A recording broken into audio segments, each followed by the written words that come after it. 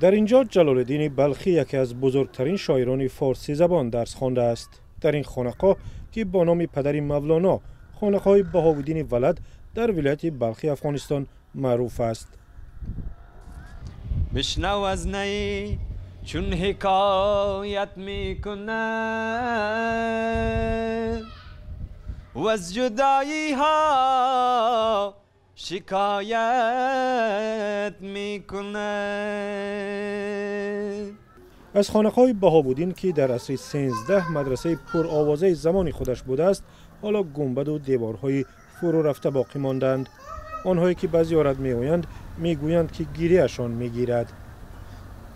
حضرت مولانا یک شخصیت والا و بزرگ است در جهان. ما حس خوبی بر ما رخ میده، ولی همین که خرابه هایش میبینیم که تو مخروبه به این حال انداختگی است، به این حال افتیدگی است، احساس پریشانی به ما رخ میده. خانقاه در ناحیه بلخ در 20 کیلومتری شهر مزار شریف واقع است. دیوارهایش که 110 سانتی متری عرض دارند با خشت خام ساخته شدند. حکومت قبلی افغانستان برای پیشگیری از ویران شدن خانقاه بالایش را با آهن پوشاند، ولی بنابر حضور طالبان در اینجا دیگر کار کردن نتوانست. دولت پیشین وزارت اطلاعات فعلا تلاش کردند، هیئت را فرستادند که در اصل از او نور آقای نوری رئیس باستانشناسی بود، از ماموریت پروژه و ترمیم بازسازی هم هیئت ها بودن. اینجا آمدن نسبت تعدیدات بلند امنیتی که اینجا بود، دیگه مخالفین دولت حضور فیزیکی داشتن در ساحه. ما نتونستیم که ساحه را بیاییم اما کارهایی که لازم است انجام بدیم نتونستیم بنابر تعدیدات امنیتی. اکنون طالبان هم میگویند میخواهند خانقاهی که جلال الدین بلخی آنجا زمان کودکیش تحصیل کرده است آباد شود.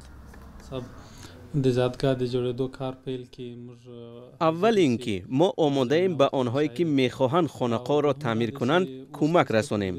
دوم اینکه ما تلاش داریم تا زمان آغاز تعمیر مکان تولد مولانا را محافظت کنیم تا از بین نرود.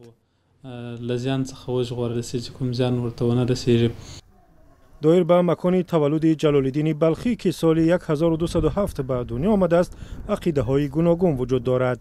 قسم آن را قلمرو بلخی افغانستان و قسم دیگر روستای در بخش تاجیکستان می‌دانند. بنا به نوشته های تاریخی خانقاه پدر مولانا هنگام حمله مغول‌ها در سال 1221 میلادی ویران شده است، در زمانی که او از اینجا با اهل خانواده‌اش به ایران فرار کرد. فرهنگیان افغانستان میگویند از بین رفتن این مکان علمی و عارفانه برابر با از بین رفتن یک پارچه تاریخ ارزشمند بشر است.